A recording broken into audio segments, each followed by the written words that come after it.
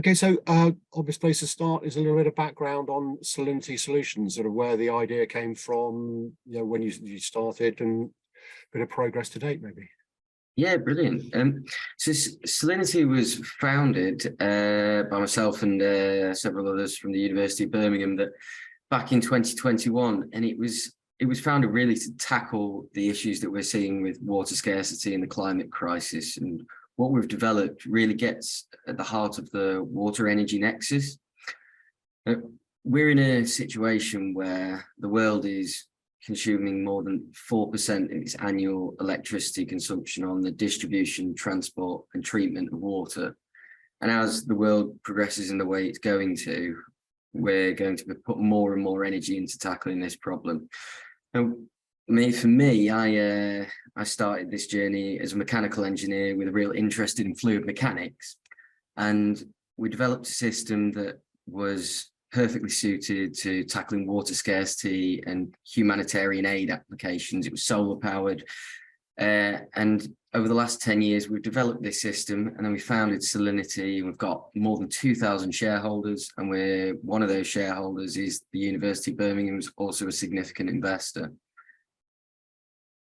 Okay, and so we talked a bit about that, and the next obvious thing is to ask, what is the technology? What is it that you've developed? Why does it make a difference? So it's a method of reverse osmosis desalination. So membrane process, we apply pressure to a saline solution, separating concentrated brine and fresh water. Now, with the methods that are on the market, it's conventionally a continuous process. So it operates at high pressure at all times.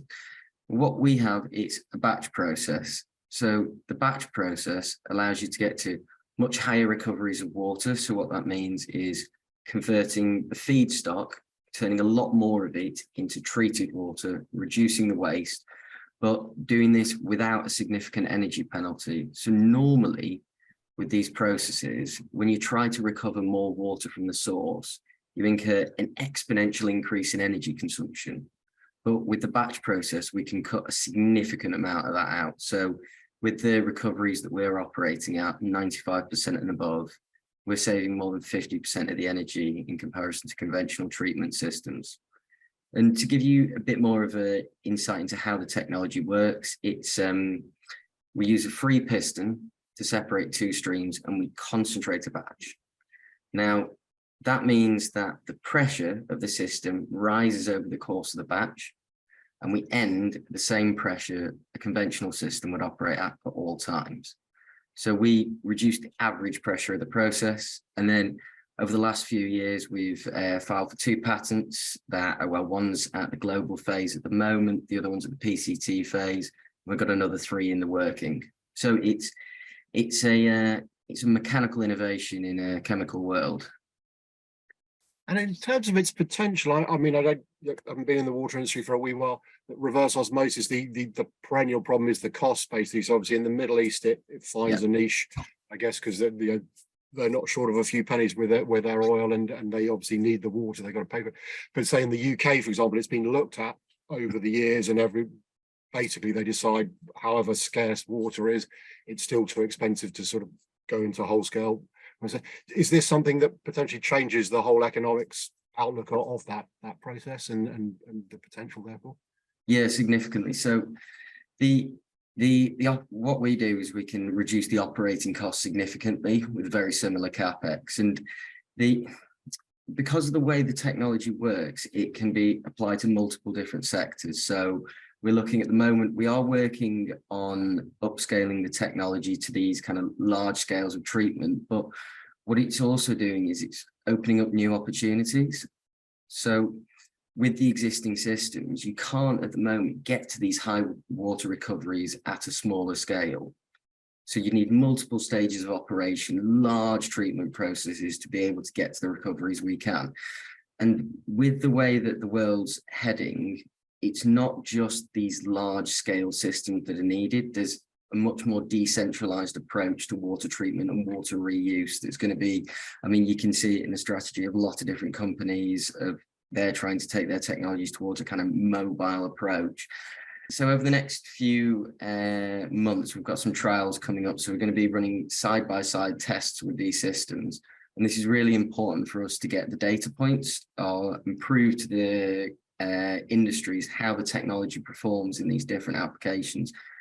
And for each application, there's a significant amount of engineering that goes in to tailor it into those processes. Now, we've obviously got a reduced energy consumption. There's other things that we're going to be proving during these trials. So we can actually, because of the fluctuations in the cycle, we can reduce the demand for upstream processing, and we can reduce the number of membrane replacements that are required. So it's a really exciting time for us, and I'm really excited to see where this technology goes. I guess, I mean, a happy coincidence as well, and not that you'd wish it, but with the energy prices sort of going through the roof, it just adds sort of extra interest in what you're doing. Yeah, because I say when you started, you wouldn't have dreamt that clearly costs are, I can't remember, is it 1 or 2% of costs, the global sort of electricity consumption? I think it's related to the water industry, but so it's significant. But obviously with prices going up, they're even more interested, and other industries in reducing energy costs. Yeah. It's something that's slightly conflicting, because the things that we're seeing happening to the world are exactly, they're dreadful, they're awful. It's shocking for so many people, but it really just plays into the hands of what the world needs from this technology. And when we see these crises happening, it's the adoption of systems like this and other inventions that are going to be required to tackle these problems. Becoming more and more prevalent, and it's becoming more necessary. Okay, and you mentioned you're going to be doing some trials, but I think you've already done some field trials with Cornish Lithium. So are you able to share anything around what what those trials revealed, or how they went? Yeah, absolutely. So with Cornish Lithium last year, we did a 2-week trial down on their site. So they tasked us with increasing the concentration of lithium within their groundwater by a factor of 5 to go into their direct lithium extraction process. We increased it by a factor of 7. We also did it with great efficiencies. And since we've broken cover with that, we've been inundated with companies that want to trial the technology. So when we started on the commercial journey, we analysed the opportunities within the UK, and we saw that there were about 20 market opportunities where we thought we could have significant value. So we've narrowed those down to running trials in the areas where we see the technology can have the most value. So we've got an industrial trial starting Q2 this year, and that's going to run for a year. We're also working with a large water treatment company for water reuse, so the industrial trial is on quite a small scale, where there's no technology at the moment that can fit that application. And then the reuse one, that's upscaling the technology, and we're taking it on a journey to cater for these larger scale applications. So we've got a modular approach to the technology. We're upscaling it in a factor of X and then a factor of X, and we're going through that process with them. And then our market focus at the moment, and where we're looking, is in data centers. So as a backup cooling system for data centers, they use 2 types of cooling: air cooling and water cooling.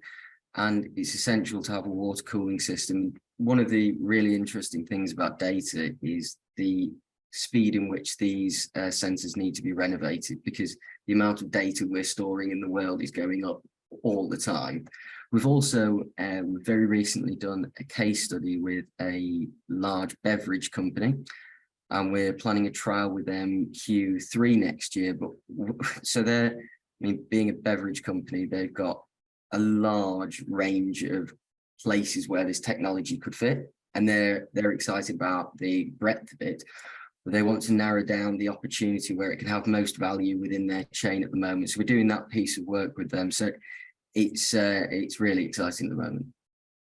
Yeah, and I can see that. And it sounds as you say, you're having to, although you'd love to do everything all at once, you are sort of focusing on the more obvious opportunities. I'm just wondering as well, I mean, how near are you, or what's the roadmap, if you like, you're clearly working with people doing trials. Sounds as if they are successful and you're proving the technology, at what point do you, launch it as a product or a solution to the big wide world and start, selling it on a large scale? I mean, what are the plans around that?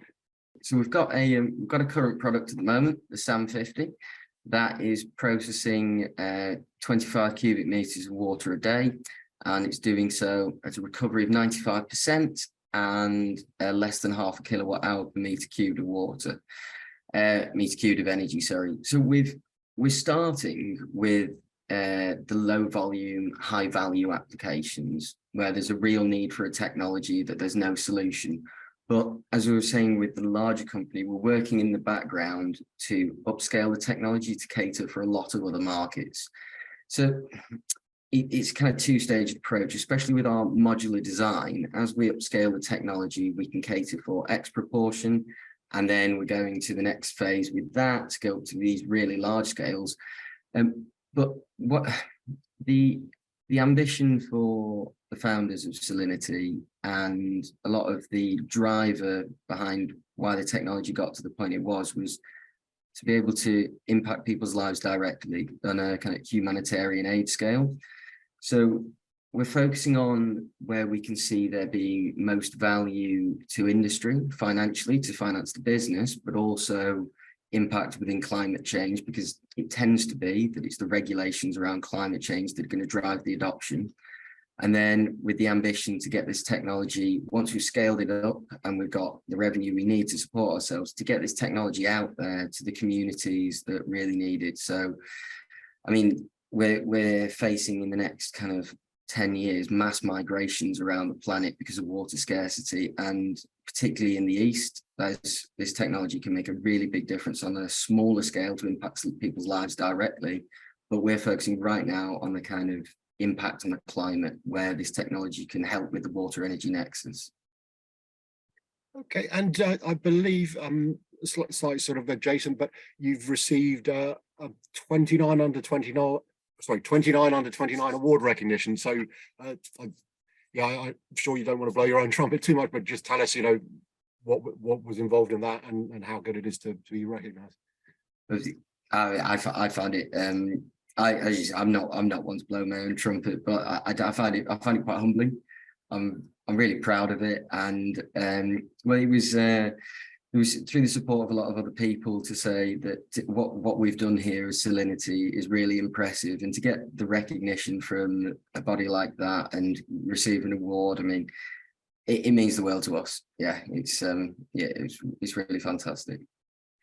Okay, and maybe just as we finish, I mean, we covered a fair amount of ground. You've explained the technology and the plans, but any sort of final thoughts? If we were to have a conversation, I don't know, in 12, 18 months, where would you like to be and further ahead? As you say, you've got the sort of dual, this humanitarian focus, which is great, and then the sort of commercial. How do you see those, I suppose, working together over time, and where might you be? Well, in that time, I expect we're going to have multiple systems out in these different markets. So we've got this product at the moment that's 20 cubes a day. That's being trialed and we've got customers that are interested in adopting it. So we expect those trials to be complete and running in the industrial applications. We'll have upscaled the technology to 100 cubes a day, and we'll be well through those trials. Thoughts to end on with this is just, I'd like to give some recognition to the really credible team that we've got. We've got a fantastic board absolutely driving this technology forward, and also to the recognition to all the people that have put effort in along the way to get the technology to where it was. There's Philip Davies at the university, there's Liam Burlace, Ibrahim Hossenpour.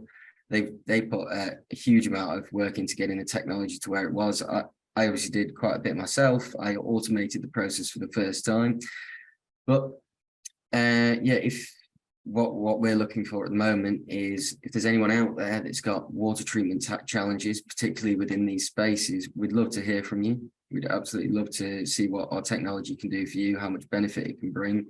And we're always, as being a startup, we're on the hunt for investment. So if there's anyone out there that'd be interested in investing or talking about the opportunity, we'd be delighted to have that conversation.